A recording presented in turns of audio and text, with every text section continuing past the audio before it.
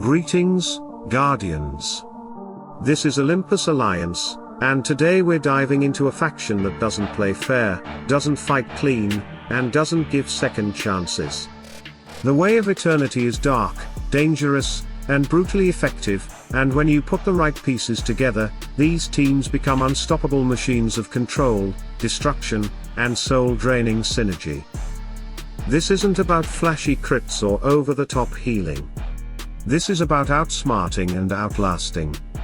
When you use Eternity heroes properly, they do the work before the enemy knows what's happening. Debuffs stack, magic resistance breaks, execution abilities land, and your opponents crumble from within. Today, we're going deep into 5 Eternity teams that bring synergy, strategy, and sheer domination to the table. All of them are based on everything we've built and studied together. No speculation, no fluff, just solid Olympus Alliance team synergy you can trust. Let's begin. Team 1, Corvus, Dante, Morrigan, Iris, Octavia. This is the classic Eternity formation. And for good reason. It delivers sustain, pressure, execution, and defensive punishment, all in one. Corvus starts everything off with his Altar of Souls. Every time an enemy damages one of your allies, they take a chunk of that pain right back. This punishes fast attackers and softens the field for Iris and Dante to begin their work. Morrigan pairs perfectly with Corvus, not just because of the undead synergy, but because of her resurrection, armor debuffs, and her ability to block enemy revives. She keeps your frontline alive and makes sure that when enemies go down, they stay down. Dante fits into this team as a dodge-based damage dealer who can apply steady pressure with his spears. His ranged attacks constantly poke at the enemy's backline, and scale well over time, and if someone falls, Morrigan can bring them back. And that's when Iris comes in. Iris identifies the most buffed enemy and completely removes their armor and protections with her ultimate. She's the executioner. Corvus punishes them, Morrigan weakens them, Dante pokes them, and Iris ends them. Finally, Octavia ties this all together. She's not a speedster or support in the traditional sense, she brings defensive buffs, damage reflection, and essential armor penetration and dodge bonuses. These stat boosts make both Dante and Iris more lethal, and the reflection punishes spammers who hit everyone at once. Octavia's durability also buys time for the rest of the team to line up their shots. Together, this team wears enemies down from all sides, and finishes with precision. Team 2. Dante, Tempus, Faceless, Iris, Octavia. Now we move into a different kind of synergy, one that revolves around timing, control, and layered burst. Tempus becomes the core here, and the effect he brings is massive. Dante opens the fight with his usual spear pressure. He's mobile, fast, and his dodge allows him to avoid early enemy bursts. But what changes the game is Tempus, the time-warping titan whose freezing ability stops the entire enemy team for just long enough to shift the battle. When Tempus lands his freeze, it creates a window. In that window, Iris can target and execute her skill without risk of interruption. The enemies are frozen, helpless, and Iris's true damage hits the most buffed target at the perfect moment. Faceless enters the picture as a wild card. His power lies in his ability to copy the last used first skill, and in this team, that could mean Iris's Soul Devour, Dante's Spear Flurry, or even Tempus's Freeze. Depending on how the battle flows, Faceless can amplify the most important action on the field. Faceless also brings Power Throw, which stuns the enemy team by launching one hero into the center, giving even more breathing room to Iris and Dante. His magic defense boost from his passive further protects your backline against burst mages. Octavia, once again, delivers key stat buffs, armor penetration for Iris, dodge for Dante, and durability for the whole team. And her damage reflection gives this formation a hidden edge. Even when the enemy tries to strike first, they pay for it. This team is about seizing tempo. Tempus delays them, Iris removes them, and Faceless ensures no opportunity is wasted. Team 3, Corvus, Tempus, Faceless, Phobos, Octavia. Welcome to full control territory, a team that dominates the enemy not with burst damage, but with fear, timing, and pain reflection. This one breaks the enemy from the inside. Corvus is back to hold the front line and punish reckless attackers. But this time, he's not here to tank for damage dealers.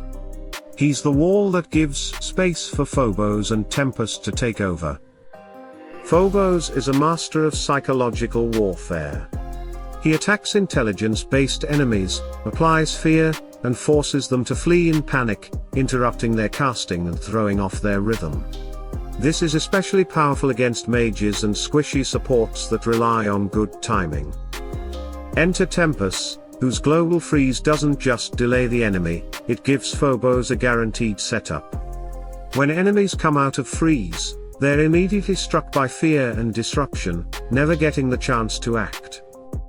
Faceless is once again the amplifier, copying Phobos' fear, Tempus' freeze, or even Corvus' altar setup. He adds power throw for more disruption and stun in the midline. And when used correctly, he guarantees the enemy team never has a clean window to coordinate their skills. Octavia boosts the survivability and pressure. Her dodge and armor penetration bonuses benefit Phobos' pressure, and her reflection punishes casters who try to cut through control. Plus, her presence in the back keeps the formation balanced and hard to break. This team doesn't just win, it shuts down the enemy's ability to fight altogether. Pure lockdown. Team 4, Corvus, Kark, Morrigan, Faceless, Phobos. You want damage? This is your Eternity Destruction squad. Every member here plays a role in slamming, fearing, or resurrecting, and it all revolves around Kark. Kark brings vertical damage, lifting multiple enemies and dropping them from the sky. He's best when supported by stuns, fears, and resurrection, and this team gives him all of that. Corvus guards the front and brings backline punishment via his altar. When enemies go after Kark or Phobos, they get punished hard. And if Kark goes down, Morrigan is right there to bring him back, with a healing pulse and anti-revive mechanics that block enemy safety nets. Faceless is critical here. He can copy Kark's devastating throw for a second wave of knockups, or use power throw to group enemies in the center and set up the perfect Kark slam. Timing is everything, and Faceless gives you the flexibility to match it.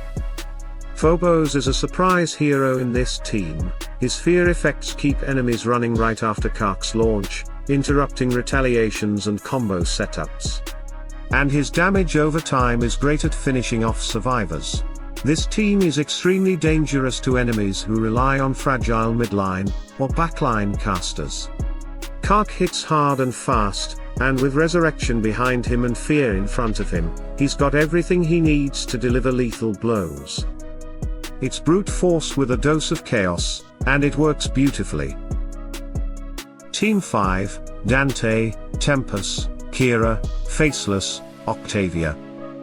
Our final team brings together burst synergy between Dante and Keira, using Tempus to create the perfect window, and Faceless to double the pain.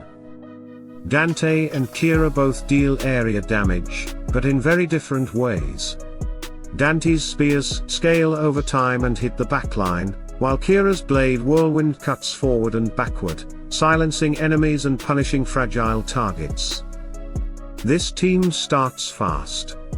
Tempus lands his freeze early, halting the enemy's opening salvo. That's when Keira gets her silence off clean, stopping mages and allowing the rest of the team to rotate freely.